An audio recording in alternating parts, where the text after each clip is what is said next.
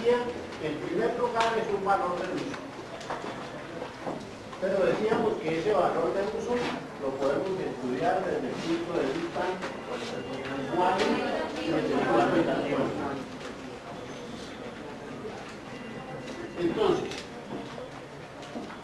¿qué nos dice Marx con respecto a las reflexiones sobre el objeto útil, sobre el valor de uso, desde el punto de vista cualitativo? Que es lo que estuvimos viendo en la clase anterior. ¿Tu nombre? Liliana.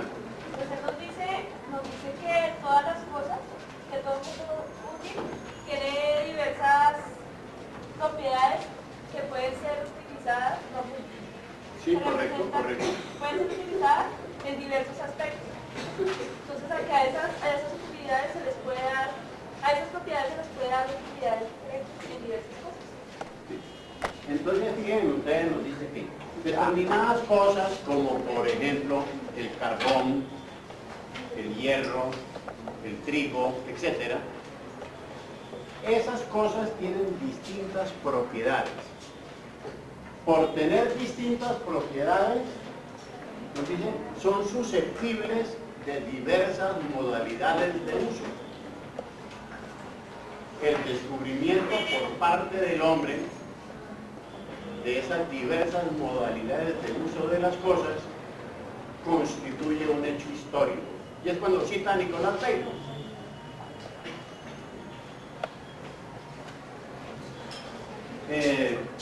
Yo les comenté a ustedes, a propósito de eso, el caso del petróleo. Piensen ustedes en lo siguiente. ¿Ves? Las cosas tienen distintas propiedades. Las cosas tales como el carbón, el hierro, el trigo, el petróleo, etc. Entonces, ustedes habrán visto quizá por la televisión o por el cine o por relatos que ustedes hayan leído que cuando Marco Polo iba hacia Oriente, al pasar por los países que actualmente son Irak, Kuwait, Arabia, o sea, todos los países, Irán,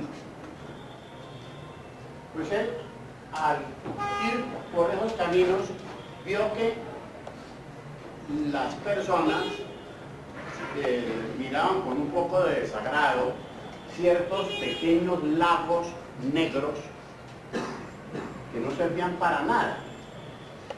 Claro, esos lagos negros que eran precisamente el petróleo. Y ahí evidentemente ahí no se daba absolutamente nada. Antes, por el contrario, si alguien, si un pajarito, por ejemplo, caía allí, inmediatamente se moría. Claro, el petróleo. Eso para ellos era algo inútil. Para nada. Pero sabemos que el hombre va descubriendo propiedades del petróleo y va aprendiendo a usarlo. Por ejemplo, tal vez el primer cronista español que llega a nuestras tierras,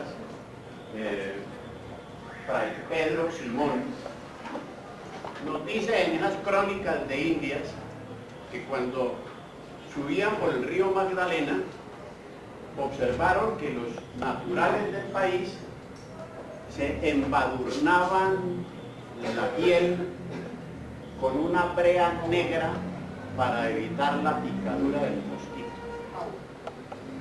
Evidentemente, iban por ese lugar que los españoles denominaron Barrancas Bermejas. Por lo tanto, esas personas a las cuales hace referencia Fray Pedro Simón están utilizando el petróleo como ¿qué? Como repelente. Están utilizando el petróleo como repelente. Ellos se han dado cuenta de que el petróleo les sirve para eso, para evitar la picadura del mosquito. Pero vemos asimismo que otros pueblos, antes o después, no importa, utilizan esa brea negra para impermeabilizar embarcaciones, lo que se llama para calafatear barcos. Esa es otra manera de usarlo, porque por sus propiedades nos sirve para emplearlo como impermeabilizante. Pero también vemos que los hombres han descubierto que el petróleo sirve para mojar en él, por ejemplo, trapos, ponerlos en una para, prenderlos, y entonces nos sirve para el alumbrado público, nos sirve como antorcha. Otra manera de usarlo. Y así sucesivamente. Entonces fíjense ustedes que ahí lo pueden, ya con ese ejemplo pueden ver, como las cosas tienen distintas propiedades, son susceptibles de ser utilizadas en distintas formas. Por ejemplo, lo podemos utilizar como repelente, como impermeabilizante, como para el alumbrado público, luego para los motores de explosión, luego para fabricar bolsas, etcétera, etcétera, etcétera, etcétera. Como las cosas tienen distintas propiedades, son susceptibles de diversas modalidades de uso. El descubrimiento por parte del hombre de esas diversas modalidades de uso constituye un hecho histórico. Eso es lo que es el hecho histórico. Entonces, pregunto, ¿qué es el hecho histórico? ¿Quiénes quieren contestar? ¿Qué es el hecho histórico? Tu nombre. Tu nombre. A ver, por diferentes modalidades de uso que no le da cierta cosa. Claro, o sea, cuando el hombre aprende, cuando el hombre descubre cómo utilizar determinadas propiedades de las cosas. O sea, las cosas son propiedades naturales, pero el descubrimiento por parte del hombre de cómo utilizar esas propiedades naturales, eso sí es en un momento determinado, ese es el hecho histórico. En un momento determinado, el hombre descubrió cómo utilizar tal cosa. Creo que ya está suficientemente claro. Sin embargo, les voy a poner este otro ejemplo. Todos nosotros hemos sido trasnochados, hemos sido víctimas de los animalitos zumbadores que no dejan dormir, que son los zancudos. Esos zancudos que van a ser objetos útiles, pero evidentemente tienen propiedades naturales. Pues cuando el hombre descubra cómo utilizar las propiedades naturales del zancudo, los zancudos se van a volver objetos útiles. Y entonces el hombre seguramente va a poner criaderos de zancudos. Claro. Es eso. Es eso. De tal manera que el gran error, que ustedes lo ven cada vez más claro, el gran error que comete Nicolás Bacon es cuál. Tú, por favor.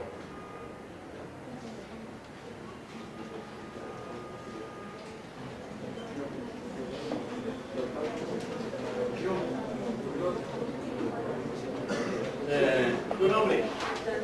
A ver, Janet. Muy mal contestado. ¿Es tu nombre?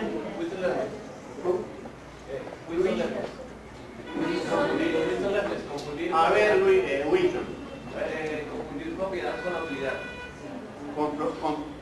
Confundir propiedad natural con utilidad.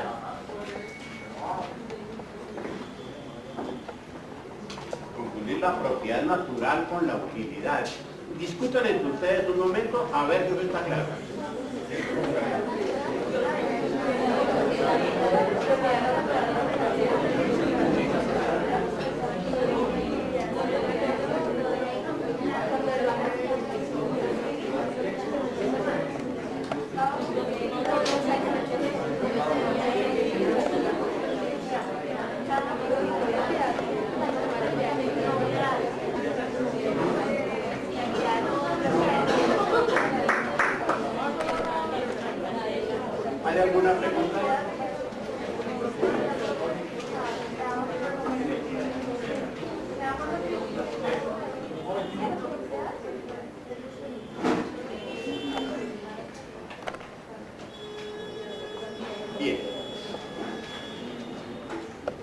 Ahora,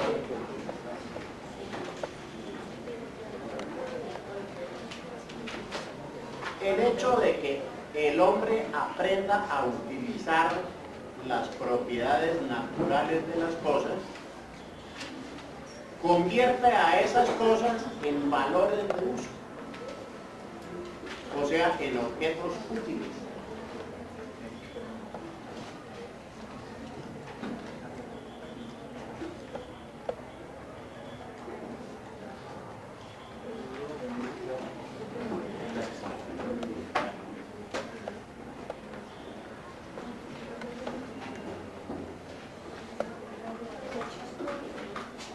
O sea, cuando el hombre descubre cómo utilizar esas propiedades naturales en beneficio propio, esa cosa se convierte en objeto útil, en valor de uso.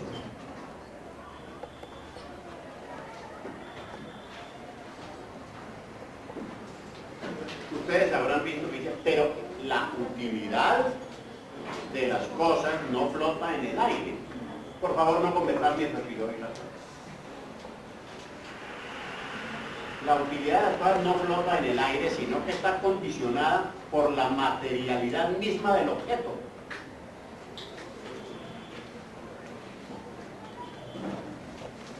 Ahora, esos objetos útiles siempre aparecen concretados en una determinada cantidad, como por ejemplo 1 litro de leche, una docena de relojes, 20 hectáreas de tierra, 2 kilos de carne, etcétera, etcétera, etcétera.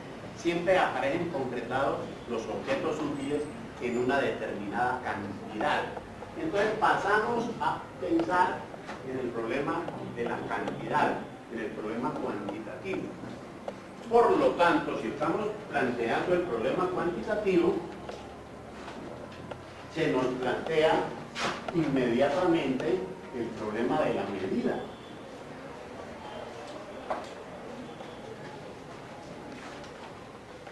Pero si se nos plantea el problema de la medida, vamos a tener por lo tanto que reflexionar sobre el problema de la diversidad de medidas.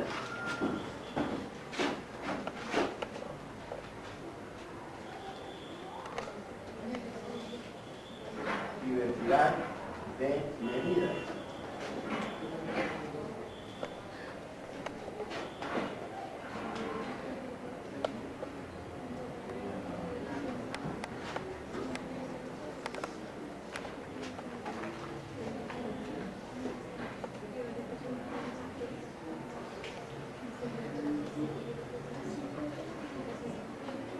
Entonces, ¿quién me quiere responder esa pregunta? A ver cómo están leyendo. ¿A qué responde la diversidad de medidas empleadas para medir objetos útiles? María.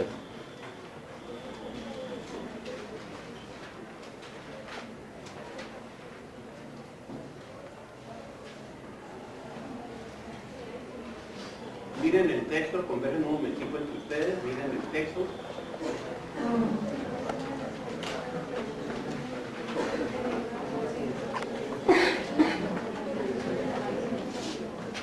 Está escrito en el tablero, diversidad de medidas.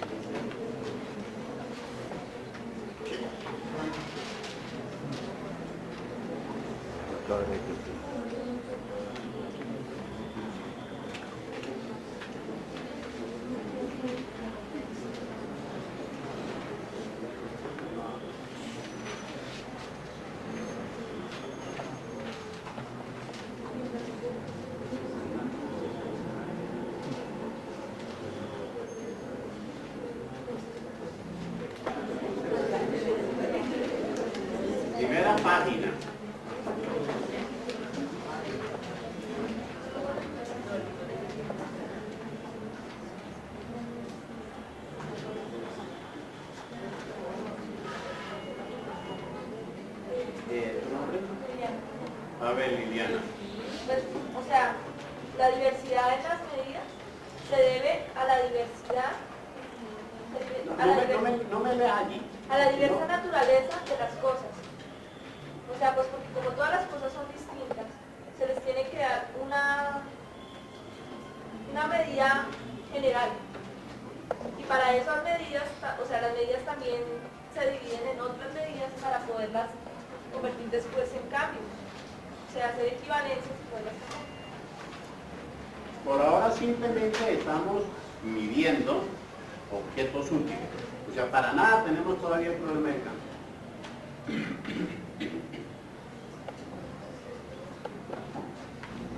Entonces fíjense que tenemos dos casos.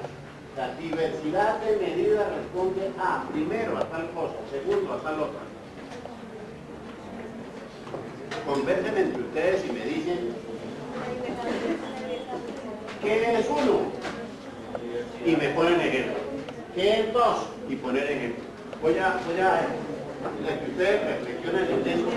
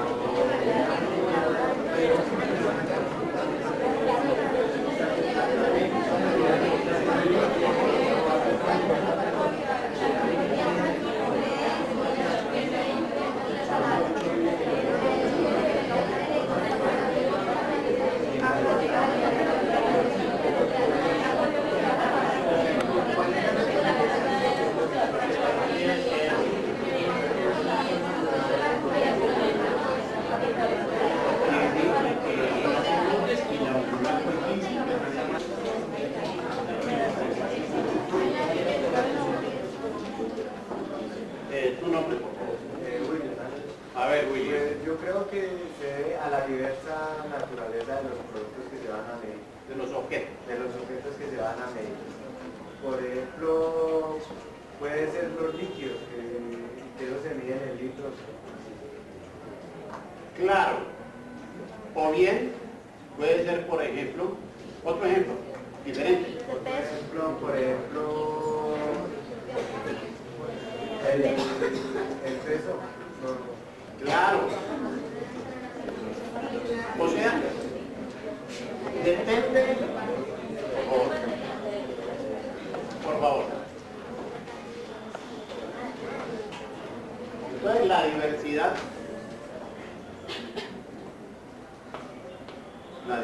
de medidas responde a la diversa naturaleza de lo que queremos medir. Porque puede que nosotros querramos medir, por ejemplo, longitudes. Necesitaremos medidas de longitud. Si vamos a medir líquidos, necesitamos medidas de capacidad. O sea, depende de la naturaleza de lo que nosotros deseemos medir. Para poner así un ejemplo bien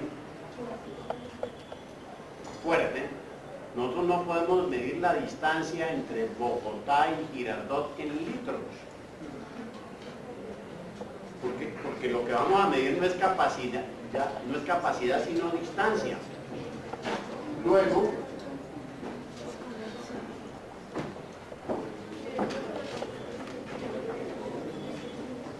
eso es lo que les digo yo a ustedes, que aprendan a leer con cuidado. Ahí han debido de tener ustedes. ¿Qué es esto? Poner a pensar, ponerse a pensar. Entonces, la diversidad de medidas responde a, primero, a la diversa naturaleza que se quiere medir. Ahora van a pensar ustedes en dos y también a ponerse ejemplos.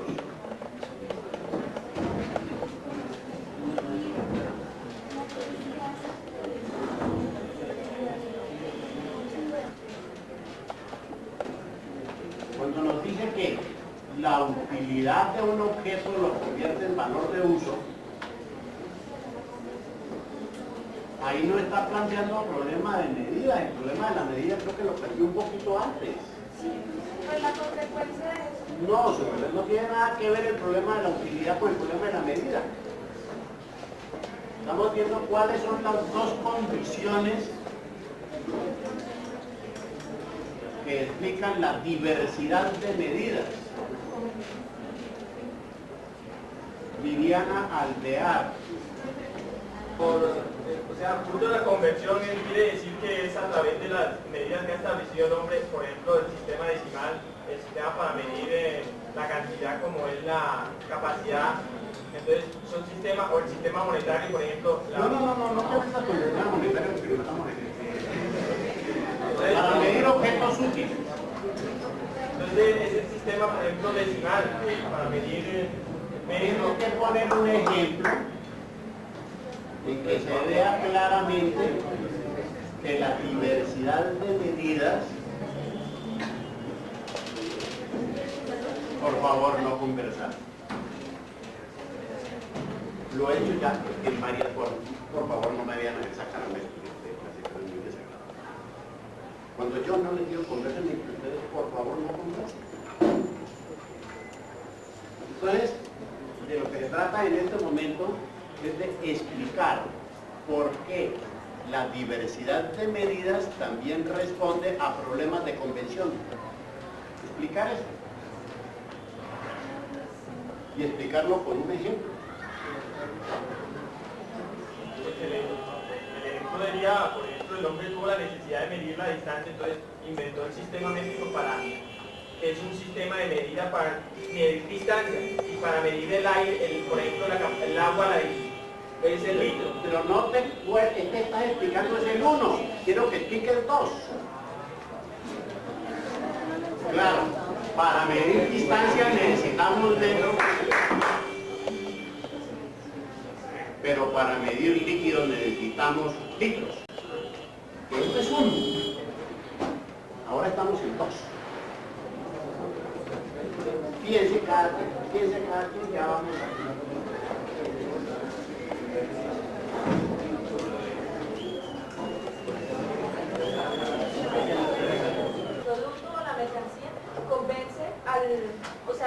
al comprador.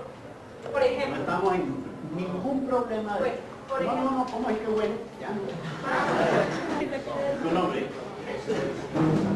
A ver, José Botín González.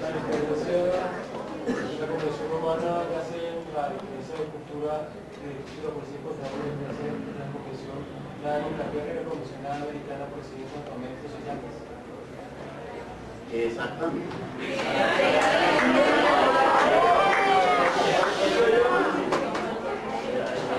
Atención. O sea, para medir longitudes necesitamos obviamente medidas de longitud, pero no necesariamente metros. La convención, metros, esa es la convención francesa. Esa es la convención francesa. Pero la convención inglesa para medir, por ejemplo, puede ser pies. Es la convención inglesa. Para medir pesos, la convención francesa utiliza el gramo. La convención inglesa utiliza la onza. Es una convención distinta. Entonces tenemos distintas convenciones humanas. Entonces, la diversidad de medidas responde por una parte a la diversa naturaleza de lo que se quiere medir, pero responde por otra parte a las diversas convenciones humanas, que puede ser la convención inglesa, la convención francesa, la convención hindú, la convención japonesa.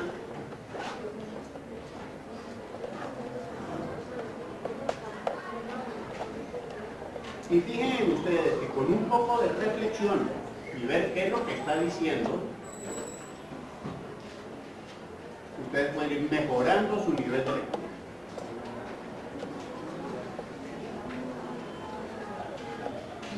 Y por lo tanto, esas cosas ustedes no pueden pasar por encima de ellos cuando están leyendo. Tienen que acostumbrarse a leer con mayor cuidado. Y eso les va a servir mucho a ustedes en su vida profesional, inclusive como abogados litigantes. Miran un expediente, miran una demanda y no pasan al estrellido por encima, sino que ven a ver qué es lo que está diciendo allí, para poder armar el pleito. Es fundamental para todo el mundo saber leer, pero con mayor razón para un abogado. De esta manera, y esto es una cosa fundamental. Naturalmente que habrá unas personas que van a mejorar su capacidad de lectura y otras personas que no. ¿Quiénes van a mejorar su capacidad de lectura? Pues los que se preocupan y antes de la clase se ponen a leer y a trabajar a ver qué logro entender antes de que me expliquen. ¿Qué logro que no se me escape? Que después me lo dicen en clase y me preocupo, ¿por qué me pasó esto? O sea, ya es un problema de esfuerzo personal, de disciplina personal. Ahora, pregunto, aquí alguien está, ¿qué persona se llama?